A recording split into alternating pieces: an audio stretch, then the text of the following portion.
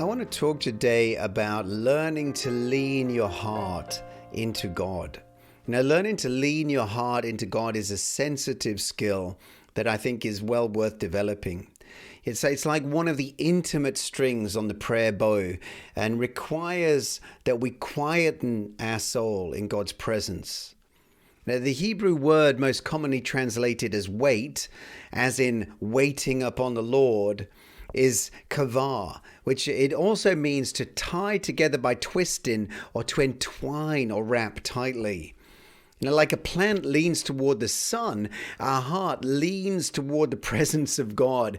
We entwine our affections to his purposes, like a plant that reaches over and wraps its branches around. We really want to be close to God, and we've been given this kind of a doorway to do so called waiting on his presence. And all of this happens in the prayer closet.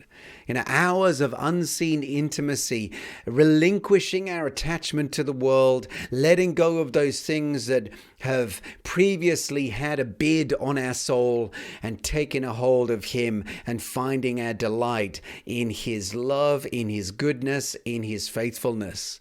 And can it be taught? Absolutely it can be. And I would love to introduce you to your teacher today, and his name is time. It's as simple as that. Time is the great teacher when it comes to the skill of waiting on the presence and leaning into his grace.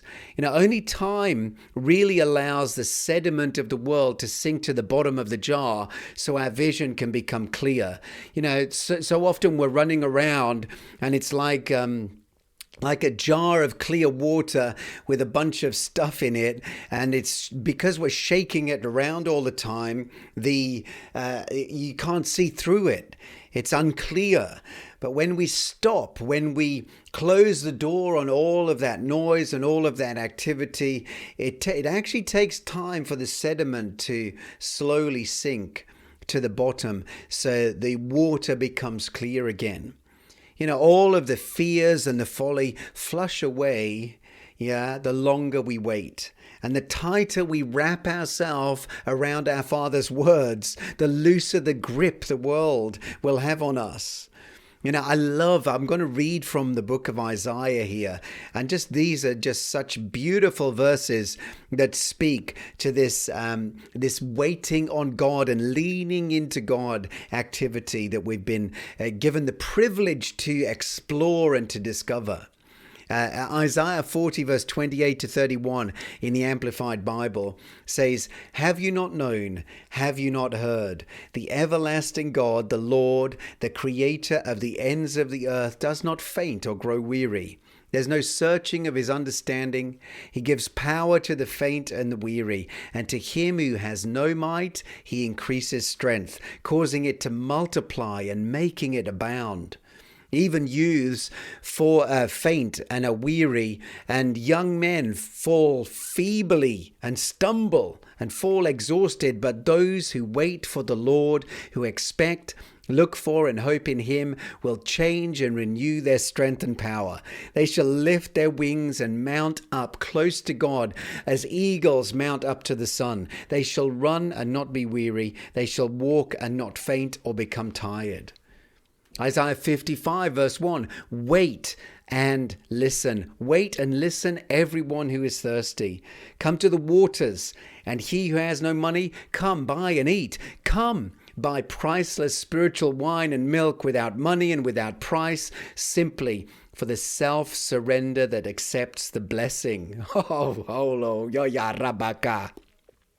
Oh yeah. Thank you, Jesus. I'll have some of that. Isaiah 64 verse 4. "And from of old no one has heard nor perceived by the ear, nor has the eye seen a God besides you, who works and shows himself active on behalf of him who earnestly waits for him." Sometimes when we stop, we give him permission to act on our behalf. And so I just encourage you to actively reach your inner man, your inner person toward heaven. Become aware that the real you is not incarcerated in the body that you're clothed with. The spirit reaches beyond the bounds of this realm and touches eternal things.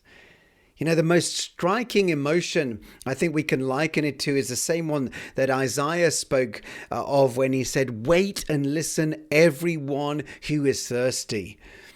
You know, it begins with a spiritual thirst that really can't be satisfied by any earthly activity. This thirst drives the desperate to their closet and develops a dedication that refuses to be refused. You know, it's often wordless prayers that are far more powerful than any expression that could pass our lips. And these inner yearnings, these groanings rise up within us and reach into the heavens, man. An inward yearning craves nothing less than the presence of the one who made us. Romans 8:26 says the Spirit himself makes intercession for us with groanings that can't be uttered. It's like this sweet pain of separation that draws us to leave our comforts and worldly pursuits and step outside ourselves to drink deep of something that no words can explain and no money can buy. You know, and this is just one of the endless pleasures of prayer that we've been invited to enjoy. There are so many facets to this beautiful diamond that we call prayer that it will never ever be exhausted. And waiting on his presence, leaning in to his person is just one of those precious, precious things that the Father has granted to you if you want to take a hold of it. Well, thanks for listening. Hopefully it's been an encouragement to you today. If you want to connect any further, you can do so through my website at davidleemartin.com. Have a great day.